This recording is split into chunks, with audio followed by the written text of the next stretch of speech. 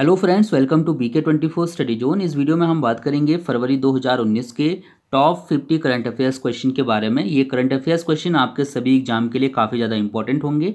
तो आप मुझे कमेंट करके बताइएगा कि इन 50 में से आपने कितने का आंसर बिल्कुल सही सही दिया है। इसके अलावा आप चैनल को सब्सक्राइब कर सकते हैं। रोज़ रात में 12 बजे मैं करंट अफेयर्स की वीडियो अपलोड कर देता हूँ और हम लोग डिटेल से करंट अफेयर्स को डिस्कस करते हैं और आपके सभी आने वाले एग्जाम्स के लिए ये सीरीज़ काफ़ी ज़्यादा इंपॉर्टेंट होगी। तो ध्यान से देखिएगा, इन 50 क्वेश्चन में से बीच बीच में मैं आपसे पूछता रहूँगा कुछ क्वेश्चन जिनके आंसर भी आपको कमेंट करके ही बताने हैं। ठीक है, तो शुरुआत करते हैं पहले क्वेश्चन के साथ। हमारा पहला क्वेश्चन है कि विश्व यात्रा और पर्यटन परिषद द्वारा जारी पावर और प्रदर्शन सूचकांक 2018 में भारत को कौन सा स्थान प्राप्त हुआ है। 5 सेकंड का टाइम है आपके पास, फटाक से अपना आंसर दीजिए। इसका सही आंसर है ऑप्शन ए वाला, यानी कि तीसरा स्थान। पावर और प्रदर्शन सूचकांक 2018 में भारत को तीसरा स्थान प्राप्त हुआ है। वर्ष 2017 में भारत का 7वां स्थान था और इस बार तीसरा स्थान प्राप्त हुआ है। सेकंड क्वेश्चन आपके लिए है कि निम्न में से इंडोनेशिया मास्टर्स खिताब 2019 का विजेता कौन है, या फिर इंडोनेशिया मास्टर्स का खिताब किसने जीता 2019 में, ये आपको बताना है। इसका सही आंसर ऑप्शन सी वाला है, यानी कि साइना नेहवाल। साइना नेहवाल ने स्पेन की कैरोलिना मारिन को हराकर जो है इंडोनेशिया मास्टर्स खिताब 2019 अपने नाम किया है। चलिए थर्ड क्वेश्चन देखते हैं कि हाल ही में किस राज्य में अटल सेतु का उद्घाटन किया गया। अटल सेतु का उद्घाटन कहाँ पर किया गया। सही आंसर ऑप्शन सी वाला है इसका, गोवा में किया गया। केंद्रीय मंत्री नितिन गडकरी जी ने जो है इस सेतु का उद्घाटन किया था। याद रखिए कि और कई राज्यों में अटल सेतु के नाम से जो है बहुत से पुल बने हुए हैं, बहुत से ब्रिज बने हुए हैं, लेकिन जो नया जो लेटेस्ट उद्घाटन हुआ है वो गोवा में किया गया है। क्वेश्चन नंबर 4 आपके लिए है कि न्यूयॉर्क टाइम्स ट्रैवल शो 2019 में निम्न में से किस देश ने बेस्ट इन शो के लिए उत्कृष्टता पुरस्कार प्राप्त किया है। सही आंसर ऑप्शन ए वाला है, यानी कि भारत। भारत को बेस्ट इन शो के लिए उत्कृष्टता पुरस्कार दिया गया न्यूयॉर्क टाइम्स ट्रैवल शो 2019 में। क्वेश्चन नंबर 5 है आपके लिए कि वैश्विक भ्रष्टाचार रैंकिंग 2018 में भारत को कौन सा स्थान प्राप्त हुआ है। करप्शन इंडेक्स 2018 में भारत को कौन सा स्थान प्राप्त हुआ है, ये बताना है हमको। सही आंसर ऑप्शन सी वाला है, यानी कि 78वां स्थान प्राप्त हुआ है वर्ष 2018 के लिए। अगर बात करें 2017 के लिए तो 2017 में भारत का जो है 81वां स्थान था। तो ये चीज़ भी आपको यहाँ से जरूर ध्यान होनी चाहिए। क्वेश्चन नंबर 6 आपके लिए है कि विश्व कैंसर दिवस कब मनाया जाता है। विश्व कैंसर दिवस कब मनाया जाता है। तो विश्व कैंसर दिवस मनाया जाता है ऑप्शन बी, यानी कि 4 फरवरी को। और इस वर्ष के लिए इसकी थीम क्या थी, ये भी काफ़ी इंपॉर्टेंट है। तो इस वर्ष के लिए इसकी थीम थी I am and I will. ठीक है, तो आपको ये चीज़ भी यहाँ से ध्यान होनी चाहिए। क्वेश्चन नंबर 7 है कि पोप फ्रांसिस किस अरब प्रायद्वीपीय देश की यात्रा करने वाले पहले पादरी बने हैं। पोप फ्रांसिस एक अरब देश की यात्रा पर गए हैं, हमको उसका नाम बताना है यहाँ पर। सही आंसर है ऑप्शन डी वाला, यानी कि यूएई। संयुक्त अरब अमीरात की यात्रा पे गए हैं, अबू धाबी में जो है basically pope Francis Abu Dhabi गए थे। तो इस तरीके से ये पहले पादरी हैं जिन्होंने की संयुक्त अरब अमीरात की जो है यात्रा की हो।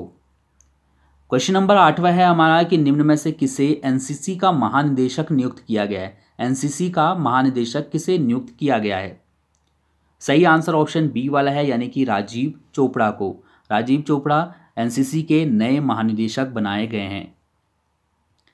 क्वेश्चन नंबर 9 है कि यूएई और सऊदी अरब के केंद्रीय बैंकों द्वारा शुरू की गई साझा डिजिटल मुद्रा का नाम क्या है। यूएई और सऊदी अरब दोनों के जो केंद्रीय बैंक हैं उन्होंने मिलकर एक डिजिटल मुद्रा बनाई है, उसका नाम यहाँ पर से पूछा गया है। सही आंसर ऑप्शन बी वाला है, यानी कि अबीर, या फिर आप अबर बोल लीजिए। क्वेश्चन नंबर 10वां है कि निम्न में से कौन 200 ओडीआई वनडे इंटरनेशनल मैच खेलने वाली पहली महिला क्रिकेटर बन गई हैं। 200 अंतर्राष्ट्रीय एक दिवसीय मैच खेलने वाली पहली महिला क्रिकेटर कौन बन गई हैं, ये बताना है। सही आंसर ऑप्शन बी वाला है, यानी कि मिताली राज। चलिए इसके बाद क्वेश्चन नंबर 11वां है हमारा कि हाल ही में निम्न में से किसे कॉरपोरेशन बैंक का एमडी और सीईओ नियुक्त किया गया है। कॉरपोरेशन बैंक का एमडी और सीईओ किसे बनाया गया है। सही आंसर ऑप्शन बी वाला है, यानी कि पीबी भारती को। पीबी भारती को कॉरपोरेशन बैंक का एमडी और सीईओ नियुक्त किया गया है। क्वेश्चन नंबर 12वां है हमारा कि निम्न में से कौन ऑस्ट्रेलियाई एलपीजीए कार्ड हासिल करने वाली पहली भारतीय बन गई है। ऑस्ट्रेलियाई एलपीजीए कार्ड हासिल करने वाली पहली भारतीय जो बनी है वो है वाणी कपूर। ठीक है, भारत की प्रसिद्ध गोल्फर हैं और इन्होंने ऑस्ट्रेलियाई एलपीजीए कार्ड हासिल किया है इस वर्ष। क्वेश्चन नंबर 13वां है हमारा कि FSSAI के नेतृत्व में चलाए गए स्वच्छ भारत अभियान में जो सर्वश्रेष्ठ राज्य का पुरस्कार दिया गया वो किस राज्य को दिया गया। सही आंसर है ऑप्शन डी वाला, यानी कि तमिलनाडु। तमिलनाडु को जो है सर्वश्रेष्ठ सबसे स्वच्छ राज्य चुना गया। FSSAI ने एक अभियान शुरू किया था 16 अक्टूबर को और लगभग 100 दिन तक ये अभियान चला था और इसके बाद जो रिजल्ट आया उसमें तमिलनाडु पहले स्थान पे आया। क्वेश्चन नंबर 14 है हमारा कि 1 फरवरी को किस राज्य ने डॉल्फिन की एक प्रजाति को राज्य का जलीय प्राणी घोषित किया है। इसका सही आंसर है ऑप्शन ए वाला, यानी कि पंजाब। पंजाब में इंडस रिवर डॉल्फिन को जो है जलीय प्राणी घोषित किया गया है पंजाब का। तो ये चीज़ यहाँ से ध्यान होनी चाहिए। आप मुझे यहाँ से कमेंट करके बताइएगा कि पंजाब के गवर्नर कौन है, यानी कि राज्यपाल कौन है। क्वेश्चन नंबर 15 है कि निम्न में से किसने पहली बार football cup AFC Asian championship का खिताब जीता। इसका जो सही आंसर है वो है ऑप्शन ए वाला, यानी कि कतर। कतर ने AFC एशियन चैंपियनशिप का खिताब जीता है पहली बार। तो ये चीज़ भी हमको यहाँ से जरूर पता होनी चाहिए। क्वेश्चन नंबर 16 है हमारा कि 100 T20 मैच खेलने वाली पहली एशियाई महिला क्रिकेटर कौन है। 100 T20 मैच खेलने वाली पहली एशियाई महिला क्रिकेटर हैं पाकिस्तान की सना मीर। ठीक है, काफ़ी अच्छी जो है बॉलर हैं ये और 100 T20 मैच जो है इन्होंने अपने पूरे कर लिए हैं। क्वेश्चन नंबर 17 है हमारा कि निम्न में से प्रो रेसलिंग लीग 2019 का खिताब किसने जीता। प्रो रेसलिंग लीग 2019 का खिताब जीता है हरियाणा हैमर्स ने, यानी कि ऑप्शन सी वाला बिल्कुल सही है और इसने पंजाब को हराकर ये खिताब अपने नाम किया है। क्वेश्चन नंबर 18 है कि 5 फरवरी को निम्नलिखित में से किस राज्य पर NGT द्वारा 25 लाख रुपए का जुर्माना लगाया गया है। इसका सही आंसर है ऑप्शन ए वाला, यानी कि उत्तर प्रदेश। उत्तर प्रदेश पर NGT ने 25 लाख रुपए का जुर्माना लगाया है क्योंकि ऊपरी गंग नहर में गंदा पानी गिरने से जो है रोकने में उत्तर प्रदेश सरकार पूरी तरीके से नाकाम रही है। जो भी गंदा पानी है वो डायरेक्टली ऊपरी गंग नहर में छोड़ दिया जा रहा है, जिसके कारण NGT ने उत्तर प्रदेश सरकार पर 25 लाख रुपए का जुर्माना लगा दिया है। क्वेश्चन नंबर 19वां है कि एशिया LPG शिखर सम्मेलन 2019 का आयोजन कहाँ किया गया। सही आंसर ऑप्शन ए वाला है, यानी कि नई दिल्ली में। एशिया LPG शिखर सम्मेलन 2019 का आयोजन नई दिल्ली में किया गया। क्वेश्चन नंबर 20वां है कि कालिया छात्रवृत्ति योजना की शुरुआत किस राज्य में की गई। सही आंसर क्या होगा, ऑप्शन डी वाला, यानी कि उड़ीसा में। कालिया छात्रवृत्ति योजना की जो शुरुआत की गई वो की गई है उड़ीसा में। क्वेश्चन नंबर 21वां है कि अंतर्राष्ट्रीय T20 में सर्वाधिक रन बनाने वाले खिलाड़ी कौन हैं। अंतर्राष्ट्रीय T20 में सर्वाधिक रन किसने बनाए हैं। अंतर्राष्ट्रीय T20 में, याद रखिएगा अंतर्राष्ट्रीय की बात हो रही है यहाँ पर। सही आंसर है ऑप्शन ए वाला, यानी कि रोहित शर्मा। ठीक है, अगर आपसे सिर्फ T20 में पूछा जाएगा तो T20 में सर्वाधिक रन किसने बनाए हैं भारत से, ये मुझे कमेंट करके बताइएगा। मैंने कल की वीडियो में आपको ये जो है बताया है सर्वाधिक रन किसने बनाए हैं T20 में। ठीक है, 8000 रन बनाए हैं, कौन से खिलाड़ी ने बनाए हैं, कमेंट करके बताइएगा। क्वेश्चन नंबर 22वां है हमारा कि निम्नलिखित में से किसने हिंदी को अपनी अदालतों में तीसरी आधिकारिक भाषा के रूप में शामिल किया है। सही आंसर ऑप्शन बी वाला है, यानी कि अबू धाबी। UAE में अबू धाबी में अब अदालतों की जो आधिकारिक भाषा होगी, तीसरी आधिकारिक भाषा, वो होगी हिंदी, क्योंकि अबू धाबी में बेसिकली हिंदी भाषी लोग जो है काफ़ी ज़्यादा हैं, जिसकी वजह से जो है इसको यहाँ पर तीसरी अदालती भाषा के तौर पे मान्यता दी गई है। 23वां क्वेश्चन है हमारा कि 12 फरवरी से सीनियर राष्ट्रीय बैडमिंटन चैंपियनशिप का आयोजन कहाँ किया गया। 12 फरवरी से सीनियर राष्ट्रीय बैडमिंटन शिप का जो है चैंपियनशिप का आयोजन शुरू हुआ है। कहाँ पर हुआ था? सही आंसर है ऑप्शन ए वाला, यानी कि गुवाहाटी में। सीनियर राष्ट्रीय बैडमिंटन चैंपियनशिप 2019 का आयोजन गुवाहाटी में किया गया था। क्वेश्चन नंबर 24वां है कि राष्ट्रीय खेल 2022 का शुभंकर क्या है? ये भी मैंने आपको अच्छे से बताया था। इसका सही आंसर ऑप्शन सी वाला है, यानी कि धूमिल तेंदुआ। धूमिल तेंदुआ को राष्ट्रीय खेल 2022 का शुभंकर बनाया गया है। और ये आयोजन कहाँ हो रहे हैं राष्ट्रीय खेल का? तो इनका आयोजन हो रहा है मेघालय में। 2022 की बात मैं कर रहा हूँ यहाँ पर, ठीक है। 2022 में मेघालय में आयोजन होगा। क्वेश्चन नंबर 25वां है कि राजस्थान में गुज्जरों को कितने प्रतिशत आरक्षण प्रदान किया गया है? सही आंसर ऑप्शन सी वाला है, यानी कि 5%। राजस्थान में गुज्जरों को 5% आरक्षण दिया गया है। क्वेश्चन नंबर 26वां है कि फरवरी 2019 में केनिया के जंगलों में कितने वर्ष बाद काला तेंदुआ देखा गया है? सही आंसर ऑप्शन सी वाला है, यानी कि 100 वर्ष बाद। काला तेंदुआ 100 वर्ष बाद देखा गया है। इसको लगभग विलुप्त ही मान लिया गया था, लेकिन केनिया के जंगलों में एक बार फिर से इसको देखा गया है। क्वेश्चन नंबर 27वां है कि एक दिवसीय अंतर्राष्ट्रीय मैच में 200 विकेट लेने वाली दुनिया की पहली महिला क्रिकेटर कौन है? सही आंसर है ऑप्शन ए वाला, भारत की प्रसिद्ध बॉलर झूलन देवी 200 विकेट लेने वाली दुनिया की पहली महिला क्रिकेटर बन गई हैं एक दिवसीय अंतर्राष्ट्रीय मैचों में। क्वेश्चन नंबर 28वां है कि आईपी इंडेक्स 2019 में भारत का कौन सा स्थान है? आईपी इंडेक्स 2019 में भारत को कौन सा स्थान मिला है? सही आंसर ऑप्शन सी वाला है, यानी कि 36वां। ठीक है, तो ये चीज़ हमको यहाँ से पता होनी चाहिए। अगर जो 2018 में जो रिपोर्ट आई थी उसमें भारत का 44वां स्थान था, और इस बार जो स्थान है वो है 36वां। क्वेश्चन नंबर 29 वाला है कि दुल्हनों को मुफ्त में सोना प्रदान करने के लिए अरुंधति नामक योजना किस राज्य में शुरू की गई?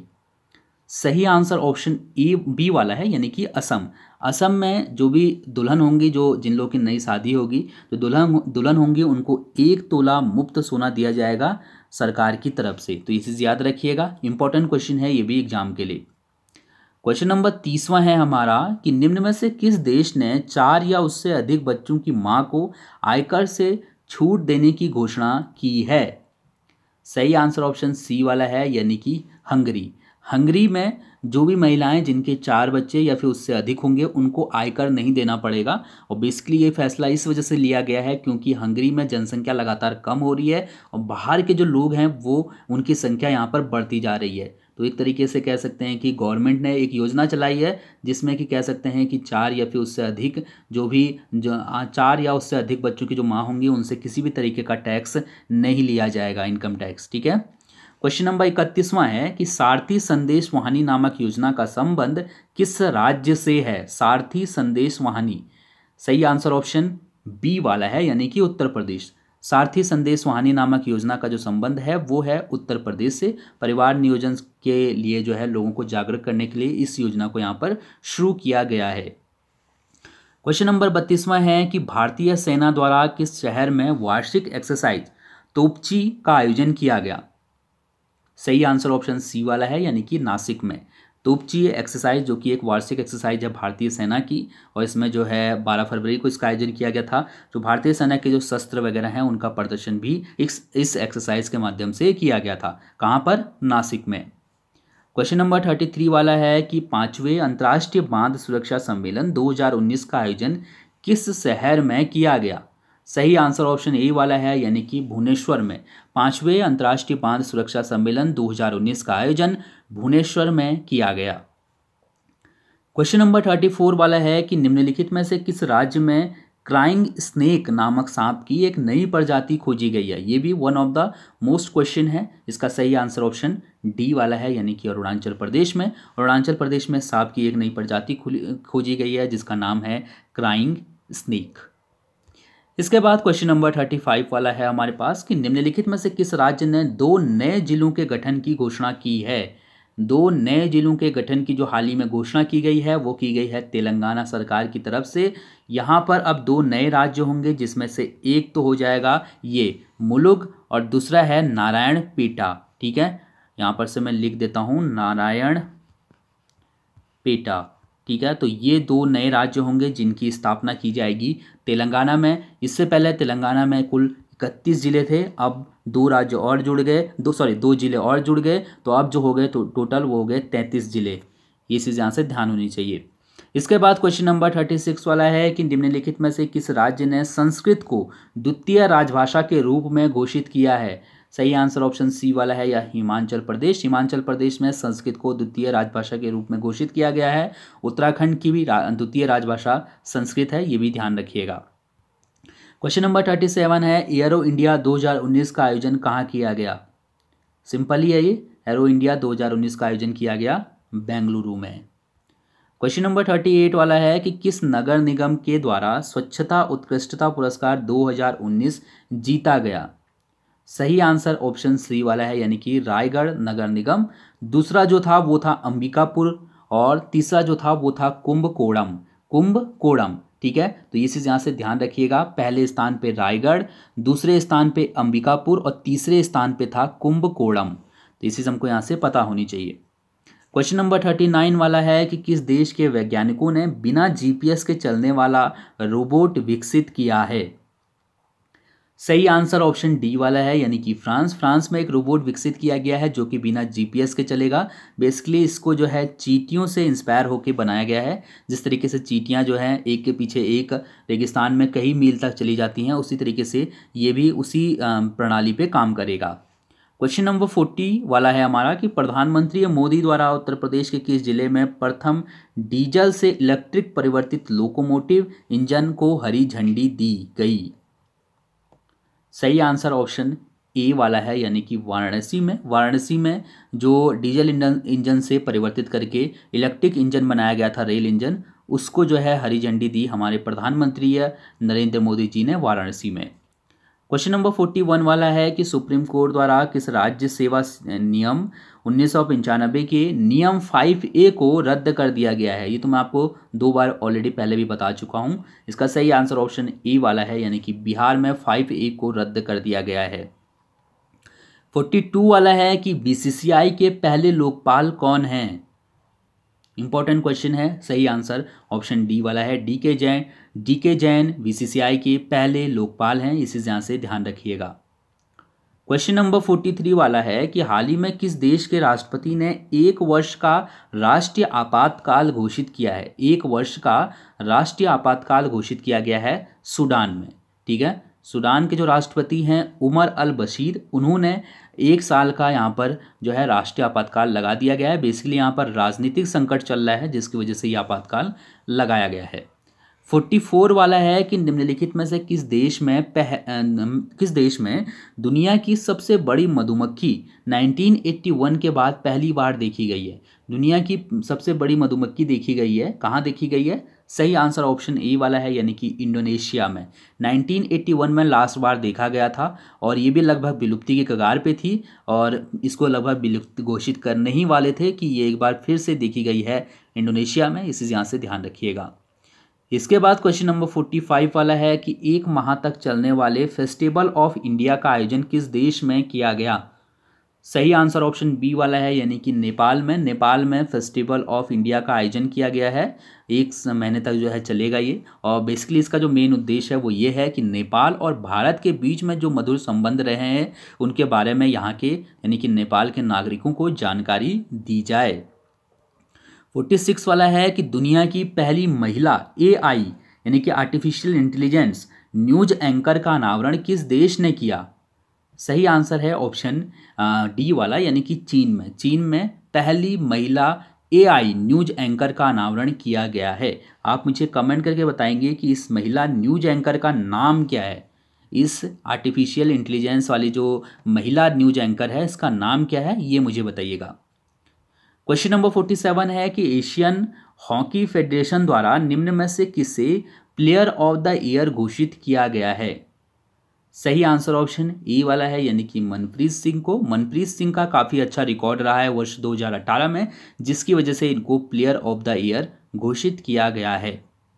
क्वेश्चन नंबर 48 वाला है कि किस देश ने जलवायु परिवर्तन के कारण छोटा भूरा चूहा को दुनिया का पहला विलुप्त स्तनपायी जीव घोषित किया है?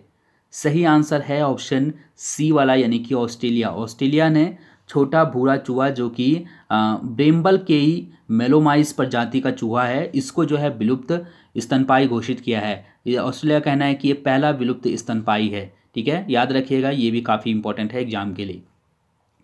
49 वाला है कि अंतर्राष्ट्रीय मातृभाषा दिवस कब मनाया जाता है।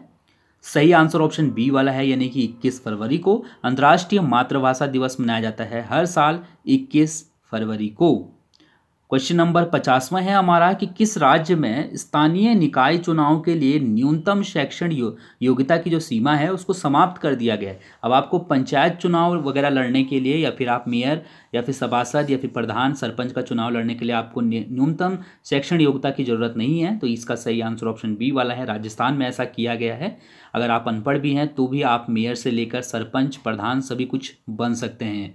चलिए, अब आपके लिए एक प्रश्न है जिसका आंसर आपको कमेंट करके देना है।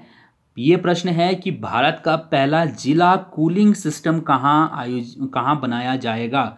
भारत का पहला जिला कूलिंग सिस्टम कहाँ बनाया जाएगा, इसका आंसर कमेंट करके बताइएगा। और साथ ही साथ अगर आपको कोई डाउट लगे तो भी आप कमेंट करके मुझसे पूछ सकते हैं। हम डेली रात में 12 बजे दिन भर की करंट अफेयर्स के साथ डिटेल से डिस्कस करते हैं, तो आप हमारे साथ बने रहें। Thank you so much.